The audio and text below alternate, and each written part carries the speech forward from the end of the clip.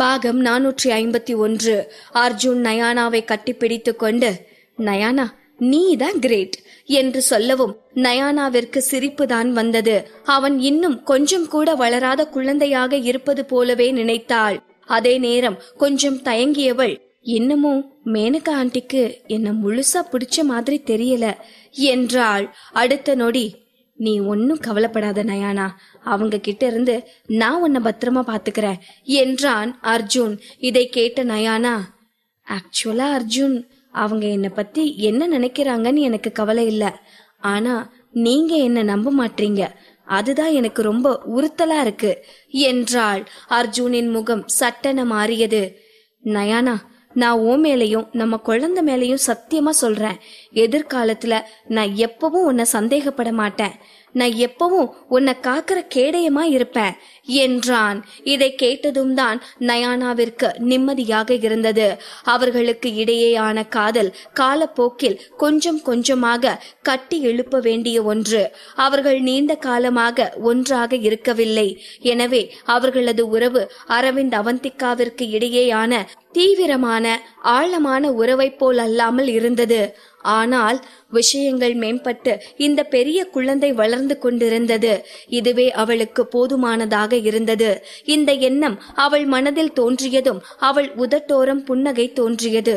போதும் அர்ஜுன், விடுங்க, நான் போய் சமைக்கணும் என்று சொல்லி கிச்சனுக்குள் ஓடினாள். அடுத்த சில நாட்களிலேயே மேனகா சொன்னது போல் வீட்டில் அனைவர் முன்னிலையிலும் அவள்தான் திட்டம் போட்டு நயானாவை சிக்க வைத்தாள் என்று ஒத்துக்கொண்டாள். அவள் அதை சொல்லும் போது வீட்டில் உள்ள அனைத்து வேலையாட்களும் அங்குதான் நின்று கொண்டிருந்தார்கள். அதற்கு அடுத்த நாளே அர்ஜுன் நயானாவோடு மீண்டும் வீட்டிற்கு வந்தான். அவர்கள் வீட்டிற்கு வந்தபோது அந்த வேலையாட்கள் நயானாவை பார்த்த பார்வை முற்றிலும் மாறியிருந்தது. அனைவர் கண்களிலும் புதிதாய் ஒரு மரியாதை குடியேறி இருந்தது. ஒரே நாளில் நயானா இவ்வளவு நன்மதிப்பை பெற்றிருப்பதை கண்டு மேனகா பொறாமை கொண்டாள். வீட்டு வேலைக்காரர்கள் தங்களுக்குள் பேசுவதை கூட அவள் கேட்க நேர்ந்தது. இனிமே நம்ம சின்னம்மா கிட்டதான் ரொம்ப மரியாதையா நடந்துக்கணும். எனக்கு தெரிஞ்சு இனிமே இந்த வீட்டுல பெரிய மேடம் வார்த்தையெல்லாம் பலிக்காதுன்னு நினைக்கிறேன் என்று ஒரு பணிப்பெண் சொல்ல, அதை கேட்டுக்கொண்டிருந்த மற்றொரு பணிப்பெண், ஏன் அப்படி சொல்ற என்றாள் குழப்பமாக. ஆமா, இப்போ சின்ன மேடம் வயித்துல இந்த ராஜேந்திரன் குடும்பத்தோட வாரிசு வளர்ந்துட்டு இருக்கு. என்னதான் பெரிய மேடம் இத்தனை வருஷமா இந்த வீட்டுல இருந்தாலும் அவங்களுக்கு ஒரு குழந்தை இல்ல.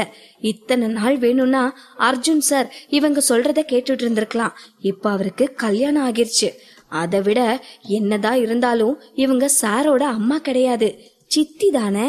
சோ இனி சின்னம்மாதான் இந்த வீட்டுல எல்லாம் என்று அந்த பெண் தன் குரலை தாழ்த்தி கொண்டு சொல்லிக் கொண்டிருந்தாள்.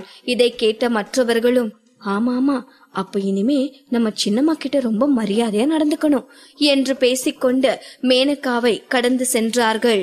தூணுக்கு பின்னால் இருந்து இதையெல்லாம் பார்த்து கொண்டிருந்த மேனகாவிற்கு இப்போதே நயானாவை கழுத்தை நெரித்து கொள்ள வேண்டும் என்னும் அளவிற்கு ஆத்திரம் வந்தது. அதே நேரம் அவள் அருகே ராஜேந்திரன் இருப்பதை உணர்ந்தவள், பாத்தீங்களா நம்ம வீட்டு வேலைக்காரங்கெல்லாம் என்ன பத்தி என்ன பேசிட்டு இருக்காங்கன்னு என்றாள். ராஜேந்திரன் முகத்திலும் லேசான வருத்தம் தெரிந்தது. இப்போது ராஜேந்திரனின் தோளில் கை போட்ட மேனகா, இவங்களுக்கெல்லாம் என்ன தெரியும் நமக்கு எத்தனை குழந்தைங்க இருந்தாங்கன்னு என்றாள். ஒரு பெருமூச்சு விட்ட ராஜேந்திரன் என்ன பதில் சொல்வது என்று தெரியாமல் இருந்தார். அவரும் மேனகாவும் கிட்டத்தட்ட 6-7 வருடங்கள் ரகசியமாக உறவில் இருந்த போது எத்தனையோ முறை மேனகா கர்ப்பமாகி இருக்கிறாள். ஆனால் ஒவ்வொரு முறையும் ராஜேந்திரன் அவளை மருத்துவமனைக்கு அழைத்து சென்று கருவை கலைக்க சொல்லி விடுவார். இறுதியாக அவள் பல கரு கலைப்புகளை செய்ததால் அவளால் இனி கர்ப்பமாக இருக்க முடியாது என்னும் நிலை உருவானது. இதற்கெல்லாம் காரணம் ராஜேந்திரன் தான். இதையெல்லாம் யோசித்த ராஜேந்திரன் குற்ற உணர்வோடு அவளை தழுவிக்கொள்ளவும், மேனகா நாளை என்பதே ஒன்று இல்லை என்பது போல் அழ ஆரம்பித்தாள். இப்போது அவளை இறுக்கமாக கட்டிப்பிடித்த ராஜேந்திரன் அவள் கண்களில் வழிந்த கண்ணீரை துடைத்துவிட்டு, மேனு அழாதமா, இதெல்லாம் ஏன் தப்புதான். உன்னோட தாய்மைய நான் உன்கிட்ட இருந்து பறிச்சிட்டேன். இத நினைச்சு நான் எத்தனையோ நாள் ஃபீல் பண்ணிருக்கேன். அர்ஜுன் உன்னோட பையன்தான், அவன் எப்பயும் உன்னை மோசமா நடத்த மாட்டான் என்றார். இதை கேட்ட மேனகா விசும்பிக் கொண்டே, இப்பவே பாத்தீங்களா அவனுக்கு கல்யாணம் ஆனதுக்கு அப்புறம் அவன் என்கிட்ட எப்படி நடந்துக்கிறான்னு, இனி அவன் என்கிட்ட எப்படி நடந்துப்பான்னு யோசிக்கும் போதே எனக்கு ரொம்ப பயமா இருக்கு என்றாள் அப்பாவியான குரலில். ராஜேந்திரனின் முகம் இறுகியது. மேனு, நீ என்ன சொல்லிட்டு இருக்க? அர்ஜுன் மட்டும் உன்னை மோசமா நடத்தட்டும், நான் அவன் காலை உடைச்சிடுறேன் என்று சீறினான். ஏதோ நல்லவள் போல் ராஜேந்திரனின் வாயில் கை வைத்த மேனகா, ஐயோ என்ன வார்த்தை பேசுறீங்க, நீங்க இப்படியெல்லாம் பேசாதீங்க என்றாள் பதற்றமாக. இப்போது கோபமாக மேனகாவை முறைத்து பார்த்த ராஜேந்திரன், நான் ஏற்கனவே சொன்னேன் இது மாதிரி ஒரு மருமக நமக்கு வேணான்னு. நீ தான் கல்யாணம் ஆகட்டும், அப்புறம் அவளை இந்த வீட்ல இருந்து எப்படியாச்சும் விரட்டிடலாம்னு. ஆனா பாரு, இப்ப அவ உனக்கே பெரிய தலைவலியா வந்து நிக்கிறா. இதுக்கு மேல என்னெல்லாம் நடக்க போகுதோ தெரியல என்றார் கோபமாக. தன் பற்களை கடித்த மேனகா, நீங்க ஒன்னும் கவலைப்படாதீங்க, இந்த பொண்ண எப்படி டீல் பண்றதுன்னு எனக்கு தெரியும், நான் பாத்துக்கிறேன் என்றாள். ராஜேந்திரனும் தலையசைத்தார். பிறகு சிறிது நேர அமைதிக்கு பின், உன்னால முடியலனா இந்த விஷயத்த என்கிட்ட விட்டுரு, நான் பாத்துக்கிறேன் என்றார் கடுமையான குரலில். இல்ல, நீங்க இதுல தலையிட வேணாம், அப்புறம் இதனால உங்களுக்கும் அர்ஜுனுக்கும் இருக்க உறவு பாதிக்கப்படும். அவன் உங்களை விட்டு மாதவி கிட்ட போறதுக்கு நிறைய வாய்ப்பு இருக்கு, அதனால இந்த விஷயத்த என்கிட்ட விட்டுருங்க, நான் பாத்துக்கிறேன் என்று சொன்ன மேனகாவின் குரலில் ஒருவித தீர்க்கம் இருந்தது. அர்ஜுனும் நயானாவும் வீட்டிற்கு திரும்பிய பிறகு மேனகாவின் அணுகுமுறை குறிப்பிடத்தக்க அளவில் மாறியது. அவள் அடிக்கடி நயானாவின் உடல் நலனை பற்றி கேட்பாள். மேலும் அர்ஜுனுக்கு தேவையான அனைத்தையும் கொடுக்க முயன்றாள். திடீரென்று கடினமான நாட்கள் முடிந்து விட்டதாக தோன்றியது. ஒரு வாரம் இப்படியே கழிந்து நயானா அரவிந்தின் வீட்டில் மாதவியோடு பேசிக் கொண்டிருந்தாள். அத்தை, அரவிந்தத்தா இப்போ எப்படி இருக்காரு? இன்னமும் அவர் அந்த ரூமை விட்டு வெளியே வராம யார் கூடவும் பேசாமத்தான் இருக்காரா என்றாள். ஒரு பெருமூச்சு விட்ட மாதவி, நான் என்னத்தமா சொல்றது, அவன் இன்னும் அப்படியே தான் இருக்கான். நான் சைக்காட்டிஸ்ட கூட வந்து பார்க்க சொல்லிட்டேன், ஆனா அவரு அரவிந்துக்கு கொஞ்சம் டைம் கொடுக்கணும்னு சொல்லிட்டு கிளம்பி போயிட்டாரு. இப்போ எனக்கு என்ன பண்றதுனே தெரியல என்றாள் சோகமாக. கண்களை சுருக்கிய நயானா, அத்தை, அப்படி அவந்திகா அக்காவுக்கும் அரவிந்தத்தானுக்கும் என்னதான் பிரச்சனை? இன்னும் அத பத்தி அரவிந்தத்தா எதுவுமே சொல்லலையா என்று கேட்டாள். இல்லை என்று தலையசைத்தாள் மாதவி. நயானா ஒரு பெருமூச்சு விட்டு 3வது மாடியில் இருந்த அந்த அறையை பார்த்தாள். அரவிந்த் சோஃபாவில் அமர்ந்து கடந்த காலத்தின் ஒவ்வொரு நினைவை தரும் பொருட்களையும் பார்த்து கொண்டிருப்பதை தவிர வேறு எதுவும் செய்யவில்லை. அது அவனும் அவனுடைய தியாவும் சந்தோஷமாக வாழ்ந்த நாட்கள். அந்த நாட்கள் திரும்பி வரப்போவதில்லை. ஆனால் இப்போது அந்த மகிழ்ச்சி போய்விட்டது. இனி திரும்பி வரப்போவதில்லை என்னும் சோகம் அவன் கண்களில் நிரம்பி இருந்தது. சிறிது நேரம் அமைதியாக இருந்த நயானா மாதவியை பார்த்து, அத்தை, இத்தனை நாள் ஆச்சு, அவந்திகா அக்கா எங்க இருக்காங்க, என்னன்னு ஏதாச்சும் தகவல் தெரிஞ்சதா என்றாள். மாதவி இதற்கும் இல்லை என்று சோகமாக தலையசைத்தார். அது எப்படி அத்தை, ஒருத்தர் திடீர்னு காணாம போயிருக்க முடியும்? இவ்ளோ டெக்னாலஜி இருந்தும் அக்காவை கண்டுபிடிக்க முடியலையா என்று நயானா நம்ப முடியாமல் கேட்கவும், அது அப்படி இல்ல நயானா, எனக்கு தெரிஞ்சு அவந்திகாவை கண்டுபிடிக்க முடியாமல்லாம் இல்ல, ஆனா அரவிந்த் அவளை கண்டுபிடிக்க விரும்பலன்னு நினைக்கிறேன் என்றாள். நயானாவால் அவள் சொல்லியதை நம்ப முடியவில்லை. என்னத்த சொல்றீங்க? அரவிந்தத்தான் அவந்திகா அக்காவை எவ்ளோ காதலிக்கிறாரு, அப்புறம் எப்படி அவங்கள தேடாம இருப்பாரு என்றாள் குழப்பமாக. தேடாம இருக்கான்னு நான் சொல்லல நயானா, அவனுக்கு அவந்திகா எங்க இருக்கான்னு நல்லாவே தெரியும்னு தான் எனக்கு தோணுது என்றாள். இதை கேட்ட நயானாவால் அமைதியாக மாதவியை பார்க்கத்தான் முடிந்தது. மாதவி சொல்வது உண்மைதான். ஒருவர் உண்மையிலேயே யாரையாவது தேட விரும்பினால் அந்த நபரை நிச்சயம் கண்டுபிடிக்க முடியும். அரவிந்த் அவந்திகாவை தேடிச் செல்லவில்லை என்றால் கண்டிப்பாக அவன் மனதில் தீர்க்கப்படாத சில விஷயங்கள் இருக்கும் என்பதை மாதவியாலும் நயானாவாலும் புரிந்து கொள்ள முடிந்தது. அதன் பின் எழுந்து நின்ற நயானா, அத்தை வாங்க, நம்ம வாக்கிங் போயிட்டு வரலாம், நீங்க நாள் முழுக்கவும் வீட்லயே இருக்கக்கூடாது என்றாள். மாதவியும் தலையசைத்து நயானாவோடு நடக்க ஆரம்பித்தாள். அவர்கள் அருகில் இருந்த பார்க்கிற்கு சென்றனர். அங்கு சென்றதும் மாதவியின் முகத்தில் இருந்த சோகம் படிப்படியாக குறைய ஆரம்பித்தது. சுத்தமான காற்றை சுவாசிப்பது அவள் மனதிற்கு கொஞ்சம் இதமாக இருந்தது. அந்த பார்க்கை பார்த்த மாதவியின் முகத்தில் ஒரு புன்முறுவல் தோன்றியது. நயானாவை திரும்பி பார்த்தவள், நயானா, உனக்கு ஒண்ணு தெரியுமா? நான் மொத பொம்மைய இந்த பார்க்ல தான் பார்த்தேன். ஹஹா, ஏதோ இன்ட்ரெஸ்டிங்கான கதையா இருக்கும் போலவே. எக்ஸாக்டா எங்க பாத்தீங்க அத்தை என்று சிரித்து கொண்டே கேட்டாள் நயானா. மாதவி அங்கிருந்த ஒரு இருக்கையை நோக்கி கை காட்டினாள். அந்த இடத்தில் இப்போது 16-17 வயது கொண்ட ஒரு சிறுவன் அமர்ந்து தன் போனில் விளையாடி கொண்டே எதையோ ஆர்வமாக பார்த்து கொண்டிருந்தான். அந்த இடத்திற்கு மாதவியும் நயானாவும் சென்றனர். மாதவி அவந்திகாவை சந்தித்த அந்த நாளை பற்றி கூற ஆரம்பித்தாள். எக்ஸாக்டா இதே இடத்துலதான் நான் பொம்மைய பார்த்தேன். நயானா, நான் சொன்னா நீ நம்ப மாட்ட. அப்போ நான் என்னோட மருமகளை எவ்வளோ வெறுக்கிறேன்னு சொல்லிட்டு இருந்தேன். அதே மாதிரி பொம்மியும் அவளோட மாமியார ஒரு கொடுமைக்காரின்னு சொன்னான். 2 பேரும் எங்களுக்கு பிடிக்காத அந்த கேரக்டர்ஸ பத்தி மணிக்கணக்குல திட்டி பேசியிருப்போம். ஆனா ஒரு நாள் நாங்க 2 பேரும் ஒருத்தர் இப்படி எல்லாம் திட்டிக்கிட்டோன்னு தெரிஞ்சப்போ அது ரொம்பவே சங்கடமான நிலைமையா போயிருச்சு. ஆனா உண்மைய சொல்லணும்னா எங்க 2 பேருக்கும் வெக்கமே இல்ல. அதான் நாங்க பேசினத பத்தி நாங்க அதுக்கப்புறம் கேர் பண்ணிக்கவே இல்ல என்று சொல்லி கலகலவென சிரிக்க ஆரம்பித்தாள். இதை கேட்ட நயானாவும் சத்தமாக சிரித்து, ஆனாலும் அத்தை, நீங்க 2 பேரும் சரியான ஃபன்னி கேஸ் என்றாள். இப்போது கடுப்பான அந்த சிறுவன் இருவரையும் திரும்பி பார்த்து, லேடிஸ், நீங்க 2 பேரும் கொஞ்சம் அமைதியா பேசுறீங்களா? எனக்கு இங்க கேஸ்டர் பேசுறதே கேட்க மாட்டேங்குது என்றான். சட்டன அமைதியான மாதவியும் நயானாவும் ஒருவரை ஒருவர் பார்த்து கொண்டனர். அந்த சிறுவன் லார்ட் கேமின் லைவ் ஸ்ட்ரீமை தான் கேட்டுக் கொண்டிருக்கிறான் என்பது அவர்களுக்கு தெரிந்தது. அவர்கள் சிரித்துக் கொண்டே அந்த இடத்தை விட்டு செல்ல முயன்ற போது அந்த போனுக்குள்ளிருந்து அந்த கேஸ்டரின் குரல் அவர்களை தடுத்து நிறுத்தியது. இந்த டைம் நம்ம டீம் ஃபைட்டிங் செய்யக்கூடாது. ஏன்னா நம்ம கிட்ட போதுமான பிளேயர்ஸ் இல்ல. அப்படி செஞ்சோம்னா நம்மள எதிரிங்க ஈஸியா அட்டாக் பண்ணிடுவாங்க என்ற அந்த குரலை கேட்ட இருவரும் திகைத்து போய் ஒருவரை ஒருவர் பார்த்து கொண்டு நின்றனர். இந்த குரல் இது ஏன் அவந்திகாவின் குரலை போலவே இருக்கிறது என்று அவர்களுக்கு தோன்றியது. நயானா திகைத்து போனாள். அவள் பலமுறை அவந்திகாவோடு போனில் பேசி இருக்கிறாள். அதனால் அவளின் குரல் போனில் எப்படி இருக்கும், நேரில் எப்படி இருக்கும் என்பது நயானாவிற்கு நன்றாகவே தெரியும். அதனால் இது அவந்திகாதான் என்பதை நயானாவால் உறுதியாக சொல்ல முடியும்.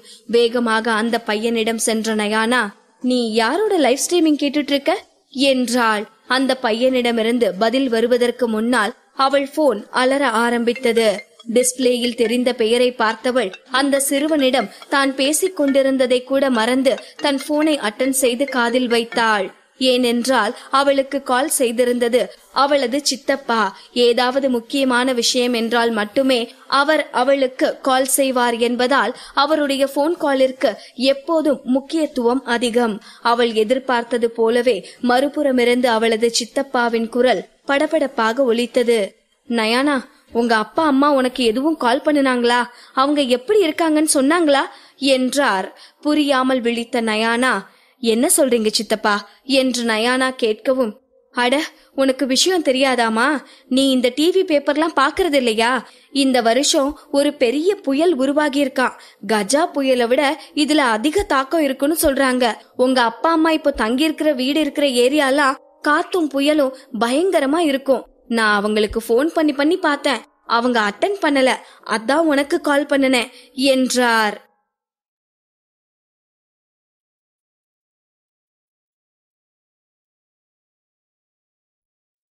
பாகம் 452. நயானாவின் சித்தப்பா அவளுக்கு போன் செய்து, நயானா, உங்க அப்பா அம்மா உனக்கு எதுவும் போன் பண்ணினாங்களா?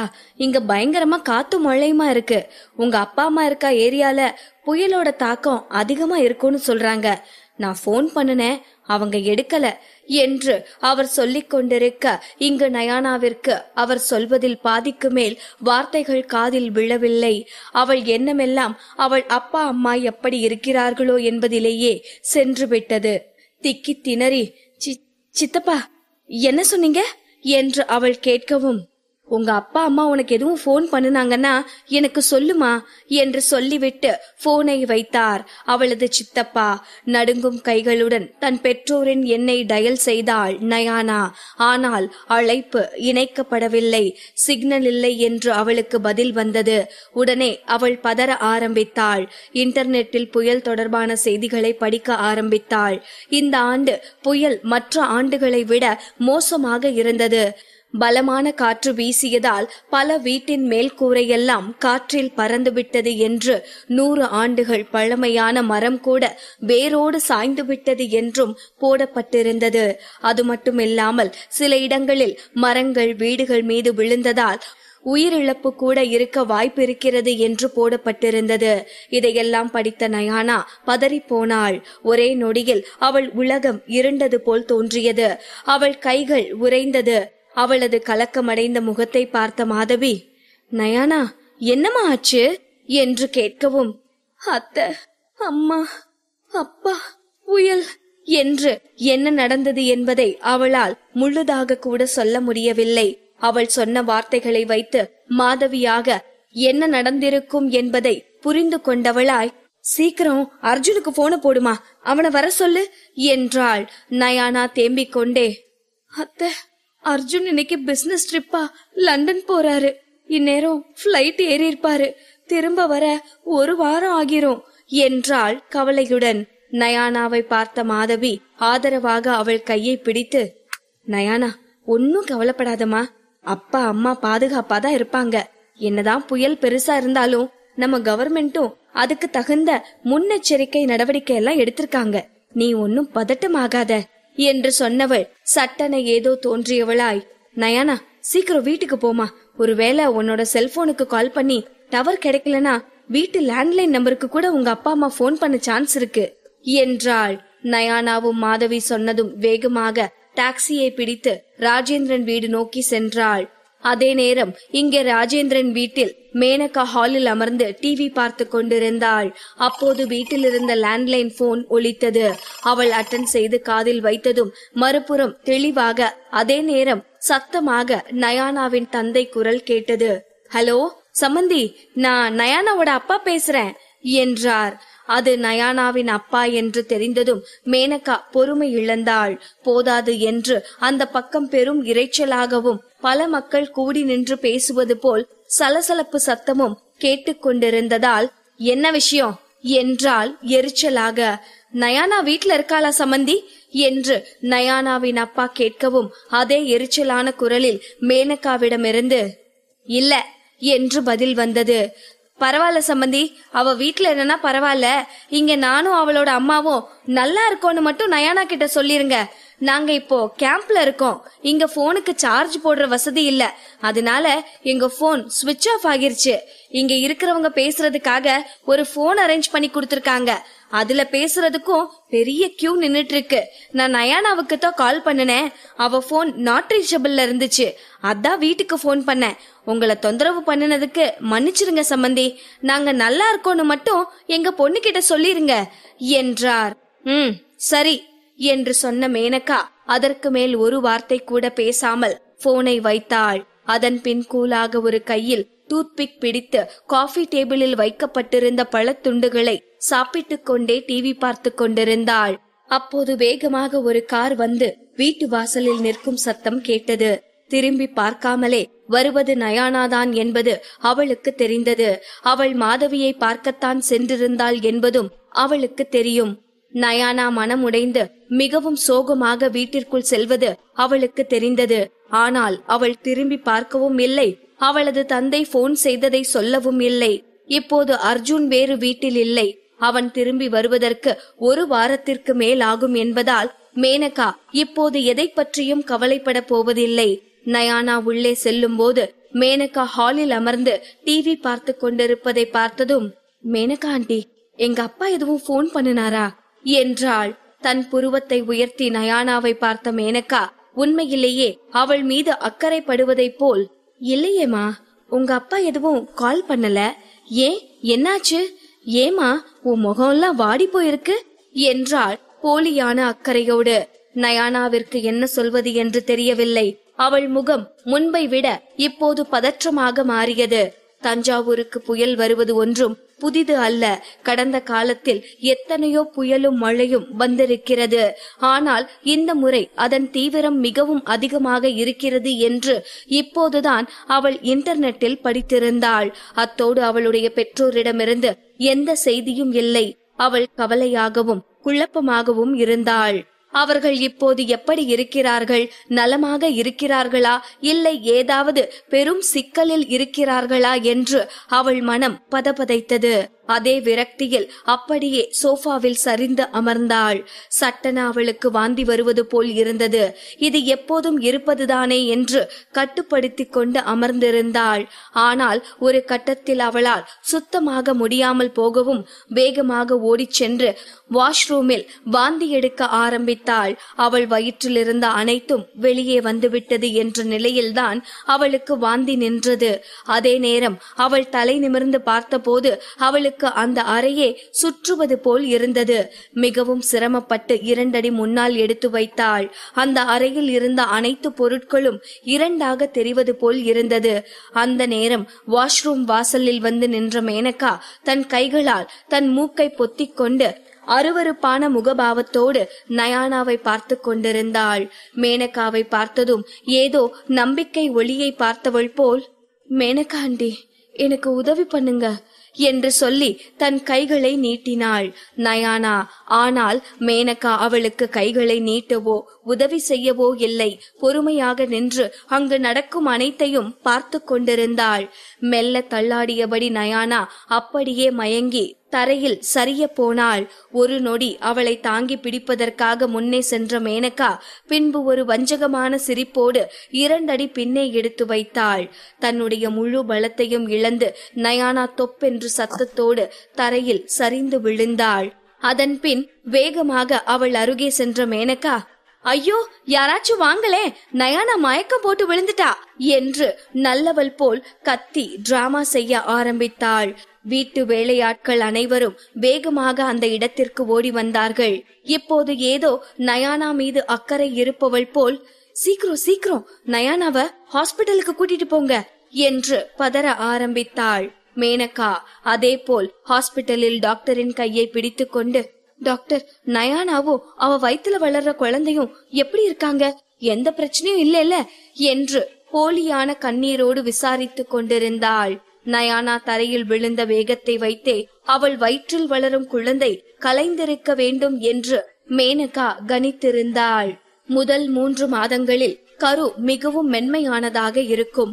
அத்தோடு இப்போது நயானா இமோஷனல் ஆகி மயக்கம் போட்டு கீழே விழுந்திருக்கிறாள். இதற்கு மேல் எப்படி அந்த கரு சிதையாமல் இருக்க முடியும்? இதையெல்லாம் மேனகா யோசித்துக் கொண்டிருந்த நேரம், இப்ப வரைக்கும் உங்க மருமகளுக்கோ பேர குழந்தைக்கோ எந்த ஆபத்தும் இல்ல. இதுக்கு மேலையும் எந்த ஆபத்தும் இருக்க கூடாதுன்னு வேண்டிக்கோங்க. நாங்க இன்னும் சில டெஸ்ட் எல்லாம் எடுக்கணும், முடிச்சிட்டு வந்து சொல்றோம் என்று சொல்லிவிட்டு டாக்டர் அந்த இடத்தை விட்டு நகர்ந்து சென்றார். நயானாவும் அவளது குழந்தையும் நன்றாக இருக்கிறார்கள் என்றதும் மேனகாவின் முகம் அப்படியே மாறிவிட்டது. அது எப்படி இவ்வளவு நடந்த பிறகும் நயானாவின் குழந்தை பாதுகாப்பாக இருக்க முடியும்? கடந்த காலத்தில் அவளே மிக எளிதாக அபார்ஷன் செய்திருக்கிறாள். ஆனால் நயானாவின் குழந்தை மிகவும் அதிர்ஷ்டசாலியாக இருப்பதாக அவளுக்கு தோன்றியது. அவள் தன் கையை இறுக மூடி பல்லை நரநரவென கடிக்க ஆரம்பித்தாள். அதே நேரம் ராஜேந்திரன் வேக வேகமாக தனது அலுவலகத்தில் இருந்து மருத்துவமனைக்கு வந்திருந்தார். மேனகாவை பார்த்ததும், மேனகா என்னதான் ஆச்சு? ஏன் திடீர்னு அந்த பொண்ணு மயக்கம் போட்டு விழுந்துட்டா? நம்ம அர்ஜுனோட குழந்தை அவ வயித்துல வளருது. என்னதான் எனக்கு ஒரு மருமகளா இவளை சுத்தமா பிடிக்கலனாலும் என் பேர குழந்தை பத்திரமா இருக்கணும். இல்லனா நான் அர்ஜுனுக்கு என்ன பதில் சொல்ல முடியும் என்று புலம்ப ஆரம்பித்தார். இதையெல்லாம் கேட்ட மேனகாவின் முகத்தில் வெறுப்பும் நக்கலும் மாறி மாறி தோன்றியது. இந்த ராஜேந்திரனுக்கு குழந்தைகள் மீது அவ்வளவு அக்கறையா? அப்படியென்றால் எதற்காக கடந்த காலத்தில் அவளை பலமுறை அபார்ஷன் செய்ய வேண்டும் என்று கட்டாயப்படுத்த வேண்டும்? அதுவும் எத்தனையோ முறை அவள் அபார்ஷன் வேண்டாம் என்று கெஞ்சி இருக்கிறாள். ஆனால் எதையும் அவன் காதில் வாங்கிக் கொண்டதே இல்லை. தலையை குனிந்து கொண்டு வெறுப்பாக புன்னகைத்த மேனகா, அவளுக்கு ஒன்னும் இல்ல, அவன் நல்லாதான் இருக்கா. எதை நினைச்சோ ரொம்ப டென்ஷன் ஆகியிருக்கா. அதனாலதான் டாக்டர் சொன்னாரு என்றாள். ஒரு நிம்மதி பெருமூச்சு விட்ட ராஜேந்திரன், எதை நினைச்சு அவ டென்ஷன் ஆனா என்றார். ஒரு நொடி அமைதியாக இருந்த மேனகா, அத பத்தி எனக்கு தெரியாது என்று சொல்லி நயானா அனுமதிக்கப்பட்டிருந்த வார்டை பார்த்தாள். இங்கே வார்டில் நயானா மெல்ல மெல்ல கண் விழித்தாள். அவள் மயங்குவதற்கு முன்னால் நடந்த ஒவ்வொன்றும் அவள் கண்முன் தோன்ற ஆரம்பித்தது. உடனே தன் பெற்றோரை அழைக்க சுற்றி முற்றி செல்போனை தேடி பார்த்தாள். சரியாக அதே நேரம் அந்த வார்டு கதவு திறக்கப்பட்டு மேனகாவும் ராஜேந்திரனும் அந்த அறைக்குள் வந்தனர். மேனகாவை பார்த்ததும் நயானா கவலையான முகத்தோடு, மேனகா ஆண்டி, எங்க அப்பா அம்மா போன் பண்ணுனாங்களா என்றாள். மேனகா இல்லை என்று தலையசைத்ததும் நயானாவின் பரபரப்பு இன்னும் அதிகமானது. மேனகா ஆண்டி, மாமா, என்னோட போன் எங்க? என்னோட அப்பா அம்மா பாதுகாப்பா இருக்காங்களான்னு நான் தெரிஞ்சுக்கணும். உடனே நான் அவங்களுக்கு போன் பண்ணணும் என்றாள். இந்த வார்த்தைகளை கேட்டதும் ராஜேந்திரனுக்கு கோபம் அதிகமானது. போதும், நீ பேசுறத நிறுத்து. நீ இந்த ராஜேந்திரன் குடும்பத்தோட வாரிச வயித்துல சுமக்கிறத மறந்துட்டியா என்ன? நீ இப்படி பதட்டமாகி அதனால உனக்கு மட்டும் அபார்ஷன் ஆச்சுன்னா அதுக்கப்புறம் ஒரு நிமிஷம் கூட நீ இந்த ராஜேந்திரன் குடும்பத்துல இருக்க முடியாது, பாத்துக்கோ என்று கடுமையாக திட்டினார். அவருடைய நியாயமற்ற வார்த்தைகளை கேட்ட நயானா தன் உதட்டை அழுந்த கடித்து, சாரி மாமா, எங்க அப்பா அம்மாவுக்கு கால் பண்ணி அவங்க எப்படி இருக்காங்கன்னு மட்டும் ஒரே ஒரு டைம் கேட்டுக்கிறேன் என்றாள்.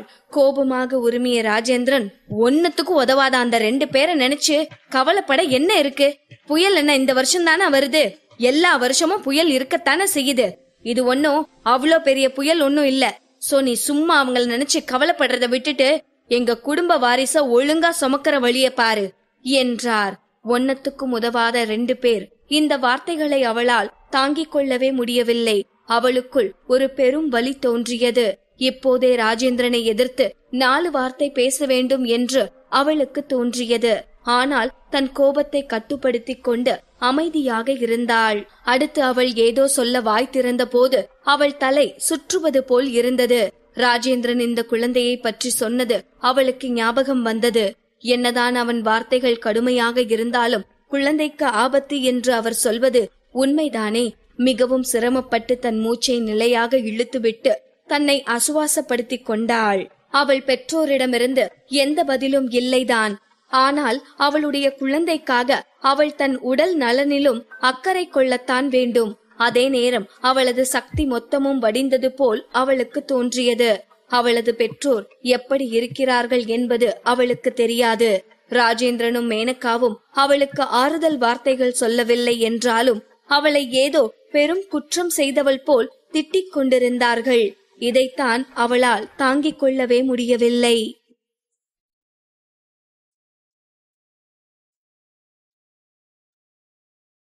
பாகம் 453. மேனகாவும் ராஜேந்திரனும் தனக்கு ஆதரவாக இல்லை என்றாலும் இதுபோல் தன்னை திட்டாமல் இருக்கலாம் என்று நயானா யோசித்துக் கொண்டிருக்கும் போது மேனகாவை திரும்பி பார்த்த ராஜேந்திரன், ஓகே மேனகா, நீ டாக்டர் கிட்ட பேசிட்டு இவளுக்கு ஒன்னும் இல்லனா இப்பவே டிஸ்சார்ஜ் பண்ணி வீட்டுக்கு கூட்டிட்டு வந்துரு, நான் வீட்டுக்கு கிளம்புறேன் என்று சொல்லி அங்கிருந்து சென்றார். மேனகா தலையசைத்தாள். ராஜேந்திரன் அந்த அறையை விட்டு வெளியே சென்றதும் நயானாவின் முகம் சுருங்கியது. அதே நேரம் அவளை பார்த்து வஞ்சகமாக புன்னகைத்த மேனகா ஒரு பெருமூச்சு விட்டு, இந்த வருஷம் புயல் ரொம்ப ஆக்ரோஷமா இருக்குன்னு கேள்விப்பட்டேன். உங்க அப்பா அம்மா எப்படி இருக்காங்களோன்னு நினைச்சா எனக்கு ரொம்ப கவலையா இருக்கு என்றாள். நயானா ஒரு வார்த்தை கூட பேசவில்லை. ஆனால் அவள் முகத்தில் தெரிந்த உணர்ச்சியை வைத்து அவள் ஏதோ எண்ணங்களில் மூழ்கி இருக்கிறாள் என்பதை மேனகாவால் புரிந்து கொள்ள முடிந்தது. மேனகா ஆசைப்பட்டதும் இதுதானே. பொறுமையாக சென்று அந்த அறையில் இருந்த சோஃபாவில் அமர்ந்தவள் டிவியை ஆன் செய்து நியூஸ் சேனலை வைத்தாள். அந்த செய்தி அப்போதைக்கு தஞ்சாவூரில் புயல் நிலவரங்களை காட்டிக் கொண்டிருந்தது. இடிந்து விழுந்த கட்டிடங்கள், வேரோடு சாய்ந்த மரங்கள், தண்ணீரில் செத்து மிதந்த மிருகங்கள் என்று அனைத்தையும் காட்டிக் கொண்டிருந்தது. தெருக்கள் முற்றிலும் சீர்குலைந்திருந்தது. காற்று வீசிய போது உயிர் உள்ள அனைத்தையும் எடுத்துக்கொண்டு அதற்கு பதிலாக எல்லாவற்றையும் இருட்டாகவும் மந்தமாகவும் ஆக்கிவிட்டது போல் நயானாவுக்கு தோன்றியது. இந்த காட்சிகளை பார்த்ததும் நயானா இப்போது மேலும் கவலையடைந்தாள். மருத்துவமனையில் அவளுக்கு செல்போன் கிடைக்கவில்லை. அதனால் வேகமாக மேனகாவை பார்த்தவள், மேனகா ஆண்டி, நான் நல்லா தான் இருக்கேன், நம்ம இப்பவே வீட்டுக்கு போலாம் என்றாள். மேனகாவும் தலையசைத்து நான் டாக்டர் கிட்ட பேசிட்டு வரேன் என்று சொல்லி எழுந்து வெளியே சென்றாள். வெளியே சென்றவள் டாக்டரை பார்த்து, இப்போ நயானாவோட நிலைமை எப்படி இருக்கு டாக்டர் என்று மிகவும் அக்கறையாக விசாரித்தாள். நயானாவின் மெடிக்கல் ரிப்போர்ட்டை எடுத்து பார்த்த டாக்டர், அவங்க நிலைமை இன்னும் முழுசா சரியாகல, இன்னமும் அவங்களுக்கு அபார்ஷன் ஆகுற சான்சஸ் நிறைய இருக்கு. சோ இன்னும் 1 மாசம் அவங்க ஹாஸ்பிட்டல்லயே இருந்து ரெஸ்ட் எடுத்துக்கிறதா நல்லது. அதோட அவங்க எதுக்காகவும் இமோஷனல் ஆக கூடாது. சட்டுன்னு அவங்க உணர்ச்சி வசப்பட்டாங்கன்னா அது அவங்க குழந்தைக்கு ரொம்பவே ஆபத்து என்றார். அனைத்தும் புரிந்தது என்பது போல் தலையசைத்த மேனகா, டாக்டர் நாங்க இன்னைக்கே டிஸ்சார்ஜ் ஆகி வீட்டுக்கு போறோம் என்றாள். கொஞ்சம் திகைத்து போன டாக்டர், இல்ல மேடம், அவங்க இன்னும் 1 வாரம் அப்சர்வேஷன்ல இருக்கிறதா நல்லது என்றார். ஆனால் மேனகா மீண்டும் தீர்க்கமான குரலில், நாங்க எங்க வீட்ல வச்சு அவளை பாத்துக்கிறோம் டாக்டர் என்று சொல்லவும் டாக்டரால் அதற்கு மேல் எதுவும் சொல்ல முடியவில்லை. அவர் மௌனமாக தலையசைத்தார். இங்கே வார்டில் நயானா மேனகாவிற்காகத்தான் காத்திருந்தாள். உள்ளே வந்த மேனகா, உனக்கு ஒண்ணும் இல்ல நயானா, நீ நல்ல கண்டிஷன்ல தான் இருக்கேன்னு டாக்டர் சொன்னாரு. சோ நம்ம இப்போ இன்னைக்கே டிஸ்சார்ஜ் ஆகலாம் என்றாள். இதை கேட்டதும் தான் நயானாவிற்கு கொஞ்சம் நிம்மதியாக இருந்தது. இந்த குழந்தைக்கு எதுவும் நடக்க கூடாது. இது அவள் குழந்தை, அதை அவள் பாதுகாப்பாக பார்த்து கொள்ள வேண்டும். அதே நேரம் அவள் பெற்றோரை பற்றி அவளால் கவலைப்படாமல் இருக்க முடியவில்லை. வீட்டிற்கு சென்றதும் வேக வேகமாக தன்னுடைய படுக்கை அறைக்கு ஓடிய நயானா தன் போனை கண்டுபிடித்து பார்த்தாள். அவளுக்கு ஹரீஷிடமிருந்து சில மிஸ்டு கால் வந்திருந்தது. இந்த ஹரீஷ் தான் சிறு வயதிலிருந்து நயானாவை ஒரு தலையாய் காதலித்துக் கொண்டிருந்தவன். இவன்தான் கேமில் இதய காதலன் என்று பெயரிட்டு அர்ஜுனை சண்டைக்கு இழுத்தவன். இப்போது இவன் தஞ்சாவூரில் தான் இருக்கிறான் என்பதால் அவளது பெற்றோரை பற்றி ஏதாவது தகவலாக இருக்கும் என்பதால் ஒரு நொடி கூட யோசிக்காமல் மீண்டும் அவனுக்கு கால் செய்தாள் நயானா. போனை அட்டன் செய்த அடுத்த நொடி, நயானா, அங்கிளும் ஆண்டியும் பாதுகாப்பா இருக்காங்க, நீ ஒன்னும் கவலைப்படாத. எல்லா வருஷத்தை விடவும் இந்த வருஷம் இங்க புயல் ரொம்ப ஜாஸ்தியாத்தான் இருக்கு. இங்க எங்கேயும் கரண்ட் இல்ல, அதனால அங்கிள் ஆண்டியோட போன் சுவிட்ச் ஆஃப் ஆகிருச்சு. அவங்க கேம்ப்ல தான் இருந்தாங்க. நான் இப்போ அவங்கள சென்னைக்கு கூட்டிட்டு வரலான்னு முடிவு பண்ணிருக்கேன். இங்க இந்த புயல் நிலைமெல்லாம் சரியாகிற வரைக்கும் அங்கிளும் ஆண்டியும் உன் கூட சென்னையில தான் இருப்பாங்க என்றான். இதை கேட்டதும் தான் நயானாவிற்கு கொஞ்சம் நிம்மதியாக இருந்தது. அவள் அப்பாவும் அம்மாவும் நலமாக இருக்கிறார்கள். இனி அவள் எதை பற்றியும் கவலைப்பட தேவையில்லை. அதே நேரம் அவளுக்கு சட்டென அவள் உடலில் இருந்த அனைத்து ஆற்றலும் குறைந்து போய் பலமிழந்து விட்டது போல் உணர்ந்தாள். ஆனாலும் தன்னைத்தானே சரி செய்து கொண்டவள், நீங்க இங்க சென்னைக்கு எப்ப வருவீங்க என்றாள். நாங்க இன்னும் ட்ரெயின் ஏறவே இல்ல நயானா, எப்படியும் இன்னைக்கு நைட் இல்ல நாளைக்கு காலையில வந்துருவோம் என்று சொல்லி ஹரீஷ் போனை வைத்தான். அதன் பின் சிறிது மணி நேரத்திற்கு பின் கால் செய்த ஹரீஷ், நயானா நாங்க ட்ரெயின் ஏறிட்டோம் என்றான். நிம்மதி பெருமூச்சு விட்ட நயானா, ஓகே, அப்போ நீங்க இங்க வந்ததும் நான் உங்களை வந்து பிக்கப் பண்ணிக்கிறேன் என்றாள். அதன் பின் அவள் அப்பா போனை வாங்கி அவளோடு பேசிக் கொண்டிருக்கும் போது, அப்பா இனி நீங்க தஞ்சாவூருக்கு திரும்பி போகவே வேணாம், என் கூட சென்னையிலேயே இருந்துருங்க. உங்களுக்கு என்ன ஆச்சோ ஏதாச்சோன்னு நான் எவ்வளவு பயந்துட்டேன் தெரியுமா, பயந்து பயந்து செத்தே போயிருப்பேன் என்றாள். இந்த வார்த்தைகளை கேட்டதும், நயானா என்ன வார்த்தை பேசிட்டு இருக்க, பிரெக்னெண்டா இருக்க பொண்ணு இப்படி எல்லாம் பேசலாமா? இந்த டைம் நானும் உங்க அம்மாவும் உனக்கு குழந்தை பறக்கிற வரைக்கும் உன் கூட தான் இருக்க போறோம் என்றார். நயானா கொஞ்சம் அமைதியானவளாய், அப்பா நீங்க நல்லா இருக்கீங்கன்னு ஏன் நீங்க ஒரு வார்த்தை கூட போன் பண்ணி சொல்லல, நான் எவ்வளவு பயந்துட்டேன் தெரியுமா என்றாள். அக்கறையான கோபத்தோடு கொஞ்சம் அதிர்ந்து போனவராய் நயானாவின் தந்தை, நயானா என்னம்மா சொல்ற, நான் தான் போன் பண்ணனேனே, நான் போன் பண்றப்போ உன்னோட போனை நீ எடுக்கல. சோ நான் உங்க வீட்டுக்கு போன் பண்ணேன். உங்க மேனகா ஆண்டி தான் போன் அட்டன் பண்ணனாங்க. அவங்க உன்கிட்ட விஷயத்த சொல்லிடுறேன்னு சொன்னதாலதான் நான் அதுக்கப்புறம் எதுவும் கால் பண்ணலமா என்றார். நயானா அதிர்ந்து போனாள். உண்மையில் அவள் அப்பா சொல்வதை அவளால் நம்ப முடியவில்லை. அப்பா என்ன சொல்றீங்க என்று மீண்டும் கேட்டாள். அட என்னம்மா நீ, நான் அப்பவே போன் பண்ணி உங்க மேனகா ஆண்டி கிட்ட நாங்க நல்லா இருக்கிறதா சொன்னோம் என்றார். அப்பா இந்த விஷயத்த எப்போ நீங்க போன் பண்ணி சொன்னீங்க என்று நயானா மீண்டும் கேட்கவும், நாங்க காலையிலேயே சொல்லிட்டோமா என்றார். நயானாவின் தந்தை இப்போது நயானாவிற்கு புரிந்தது. அவள் மாதவியை பார்த்துவிட்டு வீட்டிற்கு வருவதற்கு முன்பே அவள் தந்தை மேனகாவிற்கு போன் செய்திருக்கிறார். ஆனால் மேனகா அதை அவளிடம் மறைத்திருக்கிறாள். தன் உதட்டை அழுந்த கடித்து கையை இறுக மூடிய நயானா ஓகேப்பா என்று சொல்லி போனை கட் செய்தாள். ஆனால் அவள் தந்தை சொன்னதை குறித்து அவளால் யோசிக்காமல் இருக்க முடியவில்லை. அவளது பெற்றோர் எப்படி இருக்கிறார்களோ என்று அவள் இங்கே பதறிக் கொண்டிருந்தாள். வீட்டில் வந்து மேனகாவிடம் கேட்டபோது அவள் கொஞ்சம் கூட அலட்டிக் கொள்ளாமல் மிக கூலாக இல்ல என்று பதிலளித்தாள். அந்த இல்லை என்பதற்கு இதுதான் அர்த்தமா? நயானா தன்னை அமைதிப்படுத்தும் முயற்சியில் ஆழமாக மூச்சை இழுத்து விட்டாள். ஆனால் இறுதியில் அவளால் அந்த விஷயத்தை அப்படியே விட முடியவில்லை. கோபத்துடன் தன் அறையை விட்டு வெளியேறினாள். மேனகா தன் அறையில் அமர்ந்து டிவி பார்த்து கொண்டிருந்தாள். வேகமாக அவள் அருகே சென்ற நயானா கோபமாக அவளை முறைத்து பார்த்து மேனகா ஆண்டி என்றாள். ஒரு முறை நிமிர்ந்து அவளை பார்த்த மேனகா பின் டிவியை பார்த்து கொண்டே என்ன விஷயம் என்றாள். மேனகா ஆண்டி, எங்க அப்பா உங்களுக்கு கால் பண்ணினாரா என்றாள். இப்போது மேனகா முழுமையாக அவளை திரும்பி பார்த்தாள். அந்த அறையில் அவர்கள் இருவரை தவிர வேறு யாரும் இல்லை என்பதால் மிகவும் பொறுமையாக இல்ல என்று பதிலளித்தாள். நயானாவிற்கு கோபம் தலைக்கு ஏறியது. அது எப்படி மேனகா ஆண்டி, எங்க அப்பா கால் பண்ணாம இருப்பாரு? எங்க அப்பா கால் பண்ணி அவங்க நல்லா இருக்கிறதா உங்ககிட்ட சொல்லிருக்காரு. நீங்க அதை ஏன் என்கிட்ட சொல்லாம மறைச்சிருக்கீங்க என்றாள். இப்போது நயானாவை பார்த்த மேனகாவிற்கு டாக்டர் சொன்னது ஞாபகம் வந்தது. அவள் மனநிலை சட்டென மாறுவதால் அவளுக்கு கருச்சிதைவு ஏற்படுவதற்கான வாய்ப்பு இருக்கிறது என்றது டாக்டர் சொன்னது அவளுக்கு ஞாபகம் வந்தது. இப்போது ஒரு கொடிய பிரகாசம் மேனகாவின் கண்களில் மின்னியது. அவள் சட்டென்று திரும்பி ஒரு காலை மற்றொன்றின் மேல் போட்டவள் ஓ ஆமா, போன் பண்ணியிருந்தாருதான், பட் நான் அதை மறந்துட்டேன் என்றாள். இந்த வார்த்தைகளை கேட்டதும் நயானாவின் கோபம் இன்னும் இன்னும் அதிகமானது. ஆனால் தன் குரலில் கோபத்தை காட்டாத நயானா மிகவும் பொறுமையான குரலில் அது எப்படி மேனகா ஆண்டி, இந்த விஷயத்த உங்களால மறக்க முடியும்? எங்க அப்பா அம்மாவுக்கு என்ன ஆச்சோ ஏதாச்சோன்னு நான் இங்க ஒவ்வொரு நிமிஷமும் பதறிட்டு இருந்தேன் என்று நயானா பேசிக் கொண்டிருக்கும் போதே இடைமறித்த மேனகா போதும், அதான் இப்போ உங்க அப்பா அம்மா நல்லா இருக்காங்கன்னு தெரிஞ்சிருச்சுல, இதுக்கு மேல இந்த விஷயத்த பத்தி பேசுறதுக்கு என்ன இருக்கு? ஒன்னும் இல்ல என்றாள். நயானா கோபமாக தன் கைகளை இறுக மூடினாள். அவள் சொல்வதும் சரிதான். அவளுக்கு எதற்காக அக்கறை இருக்க வேண்டும் என்று தோன்றியது. ஆனாலும் தன் மனக்குமுறலை கட்டுப்படுத்த முடியாத நயானா ஆனாலும் மேனகா ஆண்டி, நீங்க பண்ணுனது ரொம்பவே தப்பு என்றாள். இதை கேட்ட மேனகா கோபமாக அவளை திரும்பி பார்த்து என்னது தப்பா? இந்த வீட்ல நான் என்ன பண்ணணும் என்ன பண்ண கூடாதுன்னு சொல்றதுக்கு நீ யாரு என்றாள் அதிகாரமான குரலில்.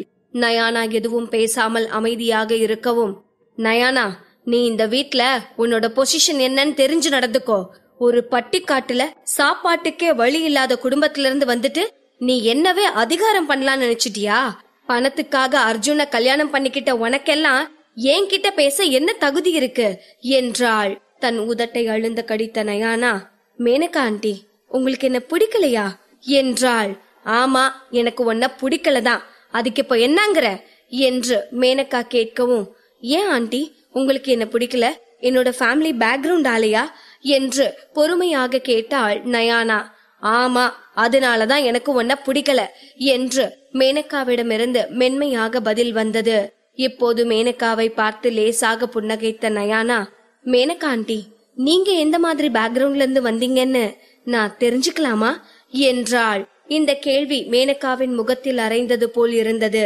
கண்களை சுருக்கி தன் இருக்கையில் இருந்து எழுந்து நின்றாள். கொல்ல முடியும் என்றால் மேனகாவின் பார்வை நயானாவை 8 துண்டுகளாக வெட்டுவதற்கு காத்திருக்கும் வாளாக இருந்திருக்கும். மென்மையும் சாந்தமும் தள்ளாடும் தோற்றமும் கொண்ட பெண்ணாக இருந்த நயானா உண்மையில் இவ்வளவு கூர்மையான நாக்கை உடையவளாக இருப்பாள் என்று அவள் நினைத்து கூட பார்த்திருக்கவில்லை. மேனகா அவள் வாழ்க்கையில் மிகவும் வெறுத்த ஒரு விஷயம் அவளுடைய குடும்ப பின்னணியை பற்றி பேசுவதுதான். அந்த நேரத்தில் அவளுக்கு ஒரு கண்ணியமான அந்தஸ்து இல்லாததால் தான் ராஜராஜேந்திரன் இன்று வரை அவளை தன் மருமகளாக ஏற்றுக்கொள்ளவில்லை. அவள் முறையான மனைவியாக இல்லாததால் தான் அவளால் ஒரு குழந்தை பெற்றுக்கொள்ள முடியவில்லை. இவையே அவளை மிகவும் காயப்படுத்தியது.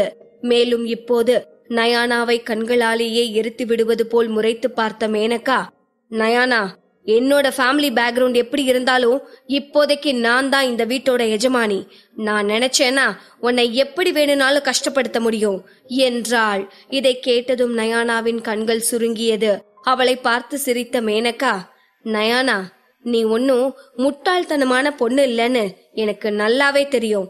அதனால என்னை எதிர்க்கிறத பத்தி நீ கனவுலையும் நினைச்சு பார்க்காத. நான் உனக்கு கொடுக்கிற கடைசி அறிவுரை இதுதான். நீயா இந்த குடும்பத்தை விட்டு ஓடிரு. நான் மட்டும் இறங்கி வேலை செஞ்சேன், நீ உருக்குலைஞ்சு போயிருவ என்றாள். மேனகாவின் வெளிப்படையான அச்சுறுத்தலை கேட்டதும் நயானா தன் கை முஷ்டிகளை இறுக்கமாக மூடிக்கொண்டாள். தனக்கு முன்னிருந்த இந்த பெண்ணை உற்று பார்க்கையில் அவளை சுற்றி இருள் மட்டுமே இருப்பதை அவளால் உணர முடிந்தது. ஆனால் ஏன் மேனகா அவளுக்கு எதிராக இருக்கிறாள் என்பதை அவளால் புரிந்து கொள்ள முடியவில்லை. அதே நேரம் அவளுக்கு மூச்சு விடுவது சிரமமாக இருந்தது. அவளது அடி வயிற்றில் ஒரு மந்தமான வலி இருந்தது. அவள் உச்சந்தலை மரத்து போனது. உடல் ரீதியாக இது தன்னை பாதிக்கிறது என்பதை அவள் உணர்ந்தாள். அந்த நேரத்தில் அவளுக்கு குமட்டல் உணர்வு வந்தது. இந்த முறை அவளால் அதை கட்டுப்படுத்த முடியவில்லை. வேகமாக வாஷ்ரூமிற்கு ஓடிச் சென்று வாந்தி எடுக்க ஆரம்பித்தாள். ஒவ்வொரு முறை அவள் பாத்ரூமை விட்டு வெளிவரும் போதும் மீண்டும் அவளுக்கு குமட்டிக் கொண்டு வந்தது. அவள் கால்கள் வலு இழந்தது. அவளது உடல் அசாதாரணமாக நடந்து கொண்டது. ஏதோ சரியில்லை என்று அவளால் உணர முடிந்தது. என்ன நடந்து கொண்டிருந்தது? அவளுக்கு ஏன் தொடர்ந்து மயக்கம் வந்தது? இதற்கு மேலும் அவள் மேனகாவின் சதிவலையில் சிக்கிக்கொள்ள விரும்பவில்லை.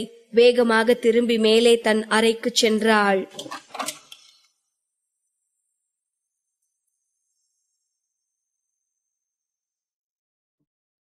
பாகம் 454.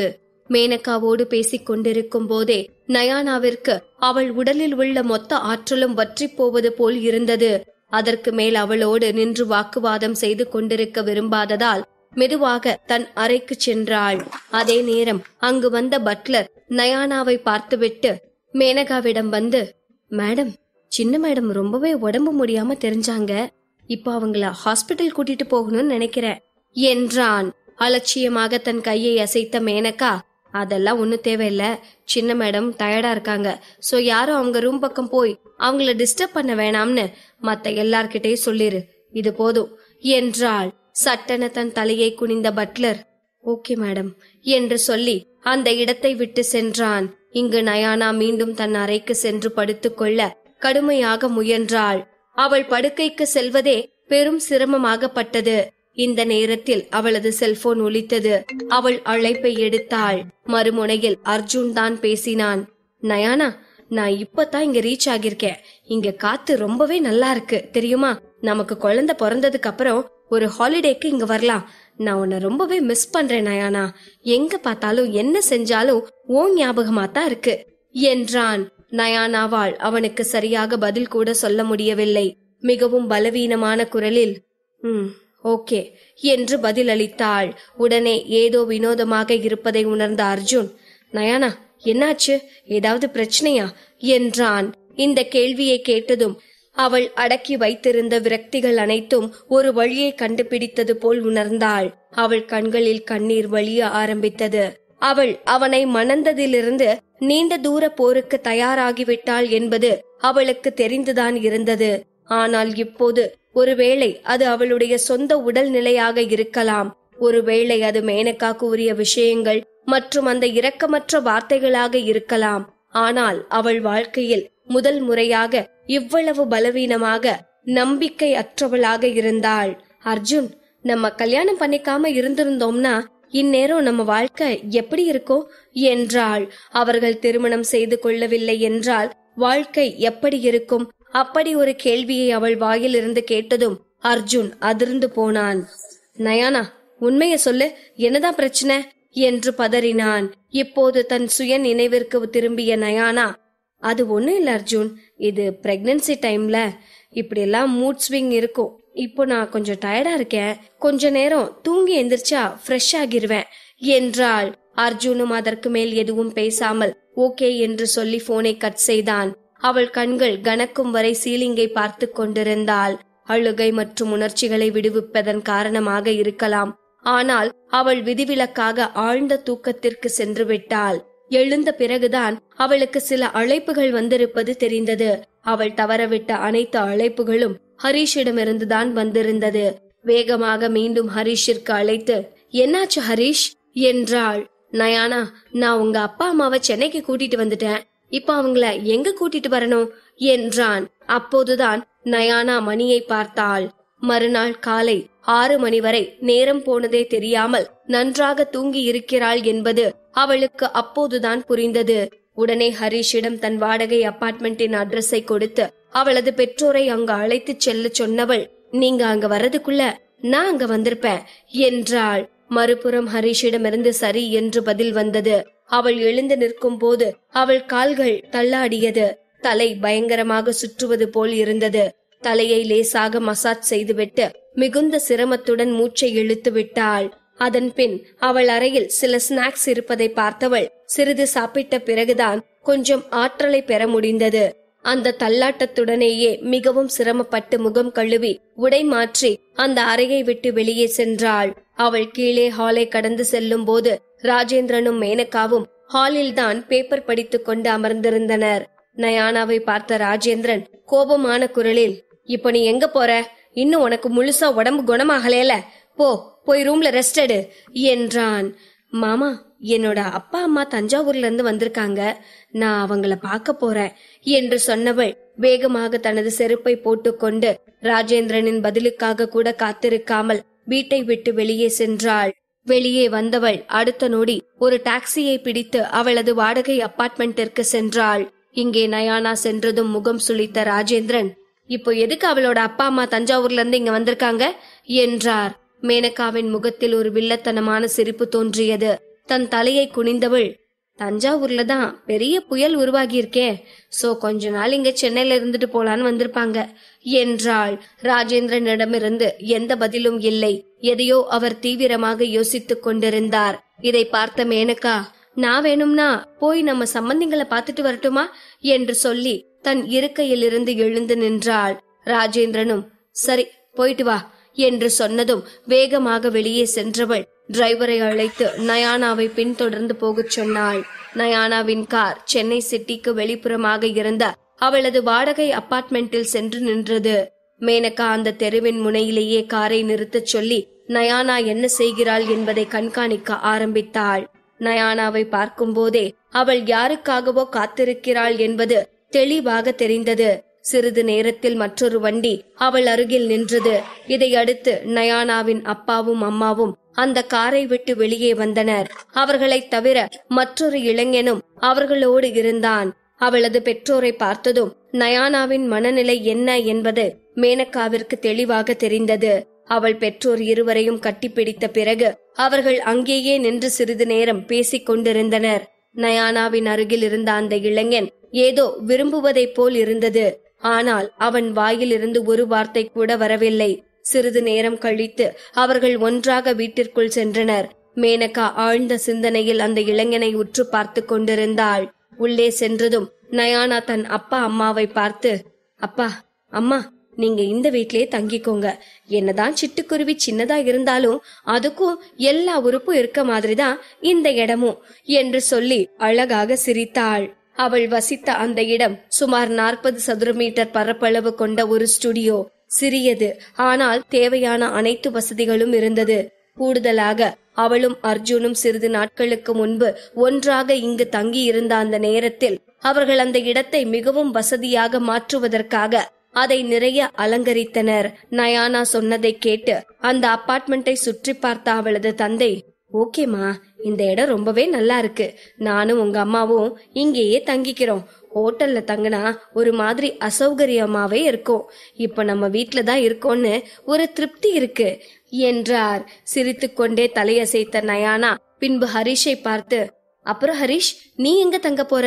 எப்போ தஞ்சாவூருக்கு ரிட்டர்ன் போக போற என்றாள். ஹரிஷ் பார்ப்பதற்கு உயரமாக ஒல்லியாக இருந்தான். அத்தோடு அவன் உருவத்திற்கு ஏற்ப ஒரு கண்ணாடி அணிந்திருந்தான்.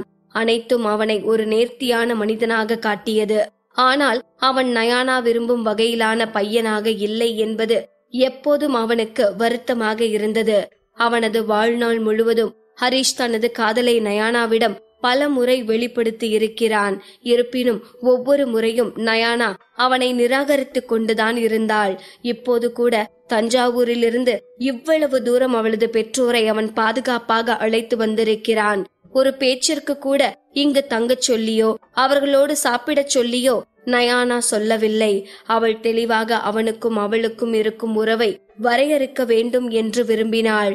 தன் தலையை தாழ்த்தி கண்களை சுளித்த ஹரிஷ், எனக்கு சென்னையிலேயே வேலை கிடைச்சிருக்கு. சோ நான் திரும்பி போக போறதில்ல, இங்கேதான் இருக்க போறேன். இப்போதைக்கு இங்க ஒரு ஹோட்டல்ல தங்கிப்பேன் என்றான். அவனது பதிலை கேட்டு ஒரு நொடி யோசித்த நயானா, ஹோட்டல் ஆல்ரெடி புக் பண்ணிட்டியா, இல்ல நான் எதுவும் புக் பண்ண ஹெல்ப் பண்ணவா என்றாள். இதை அவள் ஒரு ஃபார்மாலிட்டிக்கு தான் கேட்கிறாள் என்பது அவனுக்கு நன்றாக புரிந்தது. ஒரு பெருமூச்சு விட்டவன், இல்ல நயானா, நானே போய்ப்பேன் என்றான். பின்பு அழகாக மெல்லிதாக புன்னகைத்த நயானா, அப்போ சரி, நான் உன் வேலையை கெடுக்க விரும்பல. நீ ஹோட்டலுக்கு போய் ரெஸ்ட் எடுத்துட்டு உன்னுடைய வேலையை ஸ்டார்ட் பண்ணு. ஹோட்டலுக்கு போனதும் சேஃபா ஹோட்டலுக்கு போயிட்டேன்னு ஒரு மெசேஜ் பண்ணு. அப்புறம் எப்பவாச்சும் ஃப்ரீயா இருக்கும் போது கண்டிப்பா வீட்டுக்கு வரணும் என்று அனைத்து ஃபார்மாலிட்டி வார்த்தைகளையும் சொல்லி அவன் ஒரு மூன்றாம் நபர்தான் என்பதை அவனுக்கு மீண்டும் மீண்டும் புரிய வைத்த நயானா தன் அம்மா அப்பாவோடு கீழே அபார்ட்மெண்டில் வாசல் வரை வந்து அவனுக்கு வழி அனுப்பி வைத்தாள்.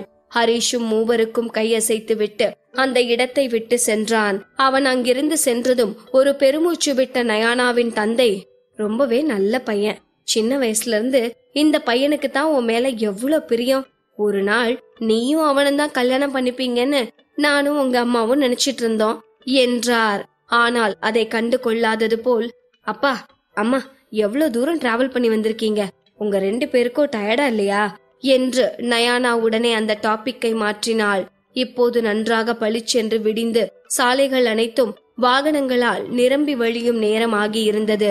நயானாவும் அவளது அப்பா அம்மாவும் திரும்பி வீட்டிற்குள் சென்றதும் சிறிது நேரம் பூட்டிய அந்த கதவையே பார்த்து கொண்டு நின்ற ஹரிஷ் மனச்சோர்வு அடைந்ததாக உணர்ந்தான். திரும்பி வெளியே செல்லும் முன் ஆழ்ந்த பெருமூச்சு விட்டான். அவன் அந்த தெருமுக்கை அடைந்ததும் மிக ஆடம்பரமான ஒரு கார் நிற்பது அவனுக்கு தெரிந்தது. அவனை பார்த்ததும் மெல்ல மெல்ல அந்த காரின் கண்ணாடி இறக்கப்பட்டது. அந்த காருக்குள் இருந்த செல்வந்த பெண் ஒருத்தி, ஜென்டில்மேன், நாம ஒரு 5 மினிட்ஸ் பேசலாமா என்று மிகவும் மெல்லிய குரலில் கேட்டாள். அந்த இடத்தை விட்டு வெளியேறிய பிறகு ஹரிஷ் எங்கு சென்றான் என்று நயானாவிற்கு தெரியவில்லை. அன்றாட தேவைகள் எங்கு வைக்கப்பட்டுள்ளன என்று தன் பெற்றோரிடம் சொல்லிவிட்டு அவர்களுடன் சிறிது நேரம் பேசிவிட்டு உணவு ஆர்டர் செய்தாள். காலை உணவை அவர்களோடு முடித்த பிறகு நயானா தன் அப்பாவையும் அம்மாவையும் அன்றைய தினம் ஓய்வெடுக்க சொல்லிவிட்டு அவள் கீழே இறங்கி வீட்டிற்கு சென்றாள். காரில் ஏறி அமர்ந்ததும் அவளுக்கு சட்டென ஹரிஷின் நினைவு வந்தது. தன் போனை எடுத்து அவனுக்கு அழைத்தாள். அடுத்த நொடி போன் அட்டெண்ட் செய்யப்பட்டது. ஹலோ நயானா என்று ஹரிஷின் குரல் கொஞ்சம் பதற்றமாக கேட்டது. அத்தோடு பின்னணியில் மென்மையான ஒரு மியூசிக் ஓடிக்கொண்டிருப்பதும் அவளுக்கு கேட்டது. அதை பற்றி பெரிதாக கண்டு கொள்ளாத நயானா, ஹரிஷ் நீ எங்க இருக்க என்றாள். நான் ஹோட்டலுக்கு போயிட்டேன் நயானா, என்ன விஷயம் என்று ஹரிஷ் கேட்கவும், நீ பாதுகாப்பா ஹோட்டல் ரீச் ஆனதுக்கு அப்புறம்தான் எனக்கு நிம்மதியா இருக்கு. எங்க அப்பாவையும் அம்மாவையும் பாதுகாப்பா வீட்டுக்கு கூட்டிட்டு வந்ததுக்கு ரொம்பவே தேங்க்ஸ். அப்புறம் அப்பாவும் அம்மாவும் நீ அவங்களுக்கு செஞ்ச உதவிக்கு கைமாறா உனக்கு சின்னதா ஒரு விருந்து வைக்கணும்னு ஆசைப்படுறாங்க. நாளைக்கு மதியம் நீ ஃப்ரீயா இருந்தனா வீட்டுக்கு வந்துட்டு போ என்றாள். ஹரிஷும் அடுத்த நொடியே, ஓ ஷுவர், கண்டிப்பா நான் நாளைக்கு வந்துடுறேன் என்றான். அப்போ ஓகே என்று சொல்லி நயானா போனை கட் செய்ய போன நேரம் மறுமுனையில் இருந்து தயக்கமான குரலில், நயானா நாளைக்கு நீ அங்க இருப்பியா என்றான் ஹரிஷ். இதை கேட்டதும் தன் சிரிப்பை கட்டுப்படுத்த முடியாமல் கலகலவென சிரித்த நயானா, இது என்னோட வீடு, என் கெஸ்டுக்கு விருந்து வைக்கும் போது நான் கண்டிப்பா அங்க இருப்பேன் என்றாள். அதன் பின் போனை வைத்த நயானா அதை பற்றி பெரிதாக எதுவும் யோசிக்கவில்லை. அவள் வீட்டிற்கு வந்தபோது மேனகா வீட்டில் இல்லை. அவள் எங்காவது வெளியே சென்றிருப்பாள் என்று நினைத்தவள் அதை பற்றியெல்லாம் கண்டு கொள்ளாமல் நேராக மேலே தன் அறைக்கு சென்று சிறிது நேரம் அமைதியாக அமர்ந்திருந்தாள். திடீரென்று அவள் அடி வயிற்றில் வலி ஏற்படுவது போல் இருந்தது. கழிவறைக்குள் சென்று பார்த்தபோது அவளது ஆடைகளில் இரத்தக்கரை படிந்திருந்தது தெரிய வந்தது. அவள் இரத்தத்தை பார்த்ததும் அவள் கண்கள் சுருங்கியது. ஒரு நொடி அதிர்ந்து போனாள். அவள் நர்சிங் படித்திருந்ததால் நிச்சயமாக இரத்தப்போக்கு இருந்தால் அது கரு சிதைவுக்கான முதல் அறிகுறியாக இருக்கலாம் என்பதை அவள் அறிந்திருந்தாள். பாகம் 455. நயானா தன் ஆடையில் ரத்தத்தை பார்த்ததும் பதறிப்போனாள். ஒரு நர்சிங் மாணவியாக இதுபோல் இரத்தப்போக்கு இருந்தால் அது கருச்சிதைவின் அறிகுறி என்பது அவளுக்கு நன்றாகவே தெரியும். ஆனால் அவள் மருத்துவமனைக்கு சென்று செக்கப் செய்த போது எல்லாம் சரியாகிவிட்டது என்றுதானே சொன்னார்கள். அவள் உடல்நிலை சரியில்லாமல் இருந்தபோது அவளது இரத்த பரிசோதனை அறிக்கையை அவள் கண்களால் பார்க்கவில்லை. அந்த அறிக்கையில் உள்ள புள்ளி விவரங்களை அவளால் பார்க்க முடியவில்லை. எனவே அவளது உடலில் ஏதோ கோளாறு இருப்பது அவளுக்கு தெரியவில்லை. ஆனால் இப்போது அந்த இரத்தத்தை பார்த்தபோது அவளால் பதற்றமடையாமல் இருக்க முடியவில்லை. வேகமாக வாஷ்ரூமில் இருந்து வெளியே வந்தவள் தன் மெத்தையில் படுத்து சிறிது நேரம் ஆசுவாசப்படுத்திக் கொண்டாள். அதன் பின்பு மெதுவாக மூச்சை இழுத்து விட்டவள் படுக்கை அறையில் இருந்து எழுந்து வந்து வெளியே பார்த்தாள். எப்போதும் போல் மேனகா ஹாலில் அமர்ந்து டிவி பார்த்து கொண்டிருந்தாள். அவளை பார்த்த நயானா மிகவும் பலவீனமான குரலில், மேனகா ஆண்டி, யார்கிட்டயாச்சும் சொல்லி என்ன ஹாஸ்பிட்டல் கூட்டிட்டு போக சொல்லுங்களே என்றாள். அலட்சியமாக அவளை திரும்பி பார்த்த மேனகா, நயானா, நீ கர்ப்பமா இருக்கதா, அதுக்காக எதுக்கெடுத்தாலும் நீ ஹாஸ்பிட்டலுக்கு போகணுமா என்ன? எனக்கு தெரிஞ்சு நீ ரொம்பவே சீன் போட்டுட்டு இருக்கிற மாதிரி தெரியுது. இப்பதான் ஹாஸ்பிட்டல் போயிட்டு வந்தோம், அடுத்த நாளே திரும்பவும் ஹாஸ்பிட்டல் போகணும்னு வந்து நிக்கிற என்றாள் நக்கலாக. அவளுடைய கிண்டலான வார்த்தைகளை கேட்டதும் நயானா உடனடியாக உதட்டை கடித்தாள். அவள் ஒரு வார்த்தையும் பேசவில்லை. உடனே வெளியே சென்றாள். அவள் ஒரு வண்டியை பிடித்துக் கொண்டு மருத்துவமனைக்கு சென்றாள்.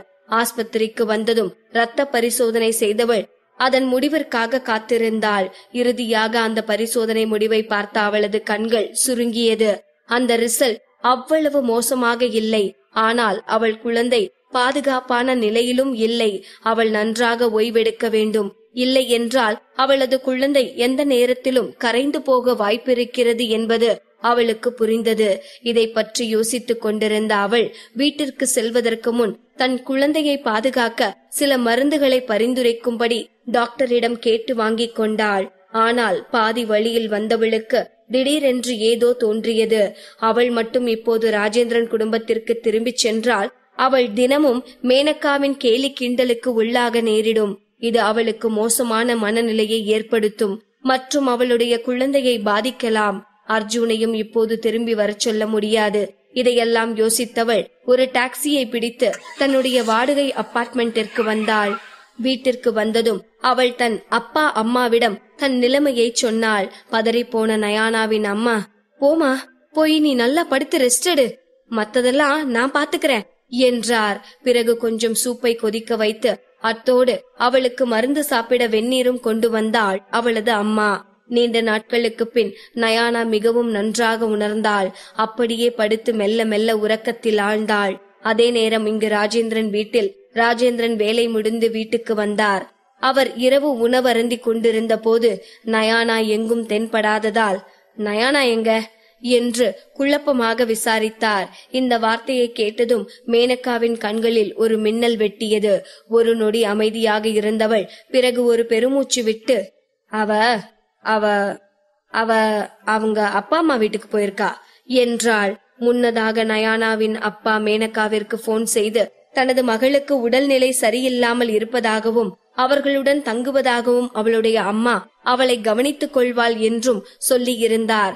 அவர் சொல்வதில் நியாயம் இருக்கத்தான் செய்தது. ஆனால் அதை அப்படியே மேனகா ராஜேந்திரனிடம் சொல்ல முடியுமா என்ன? மீண்டும் ஒரு பெருமூச்சு விட்டவள், நான் தான் நயானாவை நல்லா கவனிச்சுக்கல, அவ வாந்தி வருது, தலை சுத்துது, டயர்டா இருக்குன்னு சொல்லிட்டு இருந்தா. அப்புறம் நான் அவளை நல்லா கவனிச்சுக்கலன்னு நினைச்சு அவங்க அப்பா அம்மா வீட்டுக்கு கிளம்பி போயிட்டா. அவங்க அப்பா கூட எனக்கு போன் பண்ணிருந்தாரு. சரி விடுங்க, அத பத்தி இப்ப பேச வேண்டாம் என்றாள். இதை கேட்டதும் முகம் சுளித்த ராஜேந்திரன், அவ ஏன் இப்படி பண்ணிட்டு இருக்கா? கர்ப்பமா இருக்கும்போது வாந்தி வர்றதெல்லாம் இயல்புதானே, அதுக்காக அவ அவங்க அப்பா அம்மா வீட்டுக்கு போயிருக்காளா என்று கோபமாக கேட்டவர் பின் எழுந்து நின்று, உடனே யாரையாச்சும் அனுப்பி அவளை இங்க கூட்டிட்டு வர சொல்லு. அவ மட்டும் அவங்க அப்பா அம்மா வீட்டுல இருக்கிறது வெளியே தெரிஞ்சா நம்ம குடும்பத்துக்கு தான் அவமானம். ராஜேந்திரன் குடும்பம் அவ மருமகளை கூட சரியா கவனிச்சுக்கலன்னு நம்மளத்தான் தப்பா பேசுவாங்க என்று சீறினார். இப்போது மேனகாவும் எழுந்து நின்று, சரி சரி, கோபப்படாதீங்க. இப்போ அவளோட அப்பா அம்மா இங்க இருக்காங்க. சோ நம்ம ஏதாச்சும் பண்ணி அதுக்கு அவங்க ஏதாச்சும் சொல்லி பிரச்சனை பெருசாகிர கூடாது என்றாள். ராஜேந்திரன் கொஞ்சம் அமைதியாக நிதானத்திற்கு வந்தது போல் தெரிந்ததும், நாம ஏன் அவங்க அப்பா அம்மாவை இங்க வர சொல்லி இந்த பிரச்சனைய பத்தி பேசக்கூடாது என்று ஏதோ யோசனை கொடுப்பவள் போல் மேனகா சொல்லவும் ராஜேந்திரன் முகம் சுளித்து தலையசைத்தார். அடுத்த நொடி தன் கைகளை அசைத்த மேனகா, இல்ல அவங்கள இங்க வர சொல்றது நல்லா இருக்காது. என்னதான் இருந்தாலும் அவங்க இவ்ளோ தூரம் டிராவல் பண்ணி இங்க வந்திருக்காங்க. சோ நம்ம தான் போய் ஒரு மரியாதைக்காக அவங்கள பாக்கணும் என்றாள். இதை கேட்டதும் கோபமாக அவளை முறைத்து பார்த்த ராஜேந்திரன், ஆமா பொல்லாத சம்மதிங்க, அந்த பஞ்ச பரதேசிங்களுக்கு நாம போய் மரியாதை கொடுக்கணுமா என்று சீறினார். வேகமாக அவர் வாயில் கை வைத்த மேனகா, இப்படி எல்லாம் பேசாதீங்க. இந்த விஷயம் மட்டும் அர்ஜுன் காதுக்கு போச்சுன்னா அவன் நம்மள என்ன நினைப்பான்னு யோசிச்சு பாருங்க. உங்களுக்கு பிடிக்கலனாலும் நம்ம அர்ஜுனுக்காக அங்க போய்தான் ஆகணும் என்றாள். ராஜேந்திரனும் தன் கைகளை இறுக மூடி சரி என்று தலையசைத்தார். மறுநாள் காலை நன்றாக தூங்கி எழுந்த பிறகு நயானா மிகவும் ஃப்ரெஷ்ஷாக உணர்ந்தாள். தன் மெத்தையில் இருந்து எழுந்து கைகளை தூக்கி நெட்டி முறித்தவள், அம்மா என்று அழைத்தாள். அடுத்த நொடி அவளை நோக்கி யாரோ நடந்து வரும் காலடி சத்தம் கேட்டது. நிமிர்ந்து பார்த்த நயானா அது அவளது அம்மா இல்லை, ஹரிஷ் என்று தெரிந்ததும் அதிர்ந்து போனவளாய், ஹரிஷ் நீ இங்க என்ன பண்ற என்றாள். ஆண்டியும் அங்கிளும் பக்கத்துல காய்கறி மளிகை பொருள் எல்லாம் வாங்க போயிருக்காங்க, அதான் நான் உன்னை கவனிச்சுக்க இங்க இருக்கேன் என்றான். அந்த நிலைமை சரியில்லாமல் இருப்பதை உணர்ந்த நயானா, ஹரிஷ் நான் நல்லாத்தான் இருக்கேன், நீ உன் வீட்டுக்கு போ என்று நேரடியாகவே சொன்னாள். எல்லாவற்றிற்கும் மேலாக அந்த மனிதன் அவளை ஒரு காலத்தில் காதலித்துக் கொண்டிருந்தான். அவனுடன் தனியாக இருப்பது நயானாவிற்கு அருவருப்பாக இருந்தது.